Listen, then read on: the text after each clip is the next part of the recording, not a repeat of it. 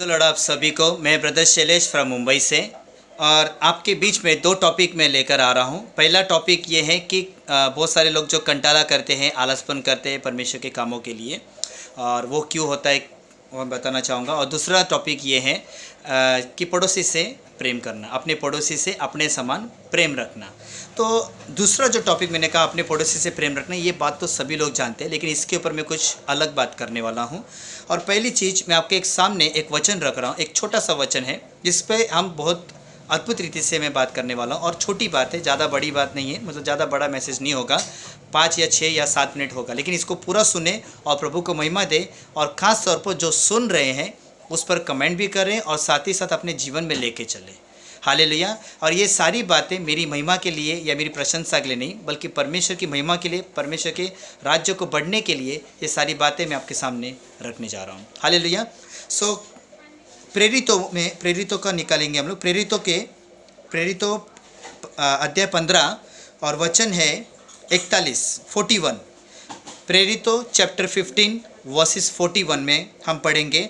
और वह कलीसिया को स्थिर करता हुआ सीरिया और किलिकिया से होते हुए निकला। हालेलुया। यहाँ पे एक चीज़ हम देखते हैं, स्थिर करता हुआ निकला। और दूसरा अगर हम वचन उसमें ऊपर हम पढ़ेंगे तो वहाँ पे 36 में लिखा है, प्रेरितों चैप्टर 15 वर्सेस 36 में, उसी में 36 में हम देखेंगे। कुछ दिन बाद पौलुस ने बरनबास से कहा, जिन जिन नगरों में हमने प्रभु का वचन सुनाया था, आओ फिर उनमें चलकर अपने भाइयों को देखें कि वे कैसे हैं। हालेलुया। अभी आपको ये ध्यान रखना है कि अब तक अपने चर्च में जिन जिन लोगों को आपने सुसमाचार सुनाया था, क्या वो स्थिर हैं? क्या वो परमेश्वर के साथ हैं? क्या वो घर में बाइबल पढ़ते हैं? क्या वो घर में प्रार्थना करते हैं? क्या हम उनको कॉल करके पूछते हैं क्या प्रार्थना करते हैं? क्या हम उनको उत्साहित करते हैं? क्या हम सुसमाचार, जिनको अभी तक हमने सुसमाचार नहीं सुना है, क्या हमने अभी तक सुसमाचार क्यों नहीं सुना है? हालेलुया। सो इस पर मैं आपको बताना चाहूँगा। पहला चीज़, अगर कोई पाप करता है तो परमेश्वर उसको पाप से बाहर निकलता है, हम निकल जाते हैं। लेकिन परमेश्वर में आने के बाद हम ना ही प्रार्थना कर पाते हैं, हम ना ही बाइबल पढ़ पाते हैं, हम ना ही परमेश्वर के काम को कर पाते हैं। किसी भी मतलब परमेश्वर के कोई भी बातों को हम नहीं कर पाते हैं, हम उसमें आगे नहीं बढ़ पाते। क्यों नहीं बढ़ पाते हैं? उसकी एक ही वजह है, उसकी एक ही वजह है कंटालापन करना। कोई वीडियोस, अभी जैसे कि पास्टर डैनियल राज के बारे में मैं आपको बताना चाहूँगा कि बहुत ही अद्भुत रीति से पास्टर डैनियल राज हमें बहुत कुछ सिखा रहे हैं इन दिनों में, गलत शिक्षाओं के बारे में, कि कैसे गलत शिक्षा से हम बाहर निकले, कैसे हम गलत शिक्षाओं का सामना करें, यानी उनको हम बाहर निकालें। तो वहाँ पे उनका कभी कभी 5 मिनट का स्टडी होता है, कभी 1 घंटे का होता है, कभी 2 घंटे का होता है। लेकिन अक्सर जब 1 या 2 घंटे का जब वीडियो होता है तो हम लोग क्या करते हैं, अरे बाप रे, ये तो 1 घंटे का है, 2 घंटे का है, नहीं, ये बहुत बड़ा हो जाएगा। फिर हम लोग क्या करते हैं, उसको नहीं सुनते। लेकिन हम मोबाइल को 1 घंटा बराबर लेकर बैठते हैं, हम टीवी को 1-2 घंटा लेकर बैठते हैं, हम अपने परिवार को 1-2 घंटा लेकर बैठते हैं, हम अपना काम 8 घंटा करते हैं, सोना 8 घंटा करते हैं। क्या परमेश्वर के मामले में हम 1-2 घंटा हम कंटाला क्यों करते हैं?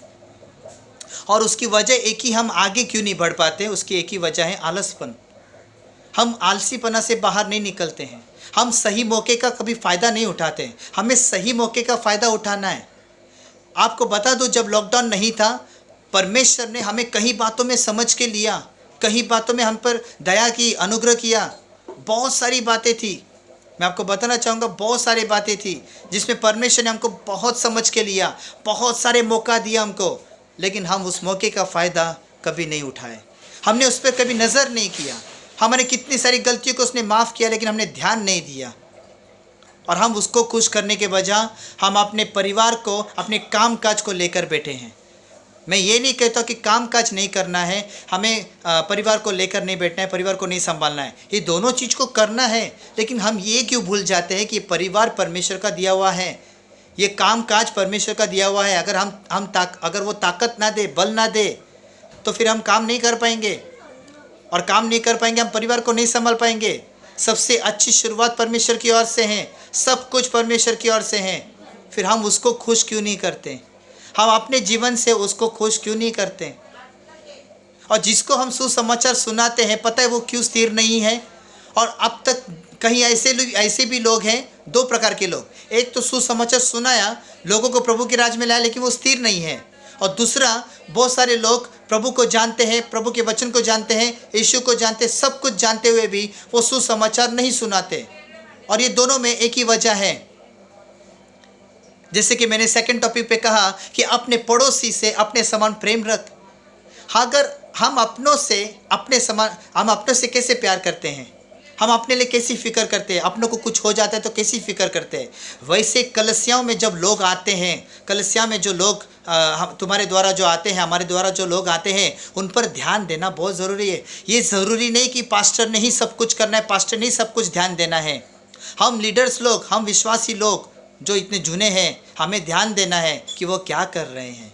वो परमेश्वर से दूर तो नहीं है ना, वो प्रभु के राज में तो आ रहे, कलीसिया में आ रहे, संडे टू संडे प्रार्थना में आते हैं, बाइबल स्टडी में भी आते हैं, लेकिन क्या बाइबल स्टडी को फॉलो कर रहे हैं? क्या परमेश्वर के जो संडे को हम प्रचार सुनते हैं, क्या उसको फॉलो कर रहे हैं? क्या घर में प्रार्थना करते हैं? क्या घर में वचन पढ़ रहे हैं?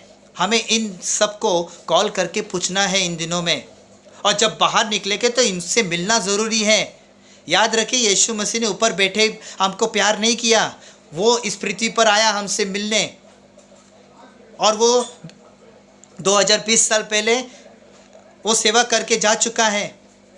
वो चाहकर भी अब लोगों तक नहीं पहुंच सकता, क्योंकि वो जिम्मेदारी परमेश्वर प्रभु यीशु मसीह ने हमको दिया है। जाते वक्त उसने ये भी कहा कि तुम मुझसे बढ़कर काम करोगे। लेकिन प्रॉब्लम कहाँ पर है? आलसपन। प्रॉब्लम कहाँ पे? अपनापन नहीं है। अपने पड़ोस अपनों से कैसे प्यार करते हैं? क्या जैसे हम लोगों को सुसमाचार सुनाते हैं तो हम सुनाते हैं, लेकिन अपना समझ कर नहीं सुनाते। इसलिए प्रभु का वचन साफ कहता है, आत्मिक रीति से अगर उस वचन को पढ़ोगे तो आपको याद आएगा। हम पड़ोसी किसको समझते हैं? बाजू वाले को। हम पड़ोसी किसको समझते हैं? सिर्फ बिलीवर को? नहीं। पड़ोसी कौन है और अपने कौन है? अपने जो है वो कलीसिया के लोग हैं, और पड़ोसी जो है वो संसार के लोग हैं। तो संसार से परमेश्वर कहते हैं अपने समान, अपने पड़ोसी से अपने समान प्रेम रख। यानी जैसे तो अपनी परिवार की फिक्र करता है। अभी ये नहीं कि परिवार की फिक्र मतलब हम उसको खर्चा जो करते हैं वो खर्चा हम उनको भी करें, नहीं, लेकिन कभी कभी भलाई करो, कभी कभी उनका फिक्र करो कि वो किस स्थिति में है, उनको अच्छी स्थिति में लाने के लिए आप उनको इनकरेज करो। सब कुछ है आपके पास, परमेश्वर का दिया हुआ सब कुछ है। लेकिन याद रहे, हमने अभी तक प्रभु का राज ठीक से नहीं बढ़ाया। क्यों? क्योंकि हमने सही मौके का फ़ायदा नहीं उठाया। हमें सही मौके का फ़ायदा उठाना बहुत ज़रूरी है। और याद रखें, परमेश्वर ने हमको कहीं मौका दिया उसकी सेवा करने के लिए, लेकिन अब लॉकडाउन खुलने के बाद सब कुछ सही हो जाएगा।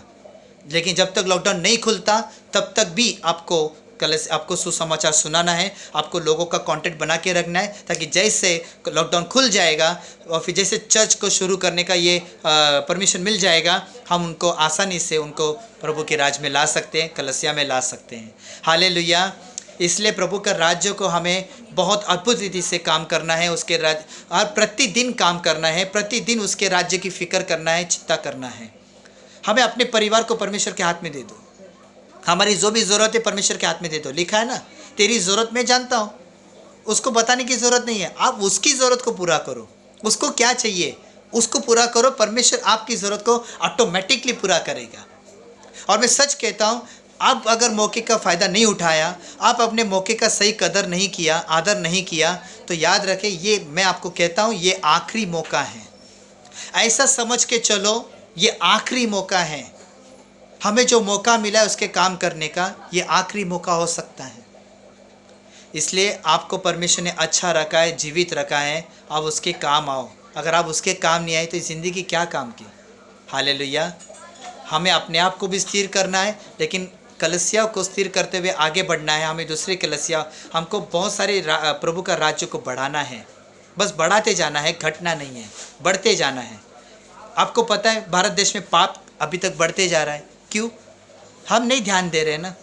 हम ध्यान देंगे तो पाप घटता जाएगा, बहुत सारे लोग आएंगे प्रभु के राज में।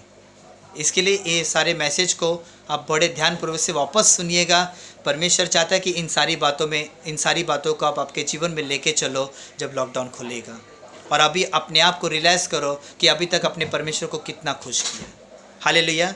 ये सारा आदर महिमा प्रभु को देता हूँ और इस वीडियो के द्वारा परमेश्वर आप सभी को आशीषित करे। God bless you. परमेश्वर आपको आशीषित करे।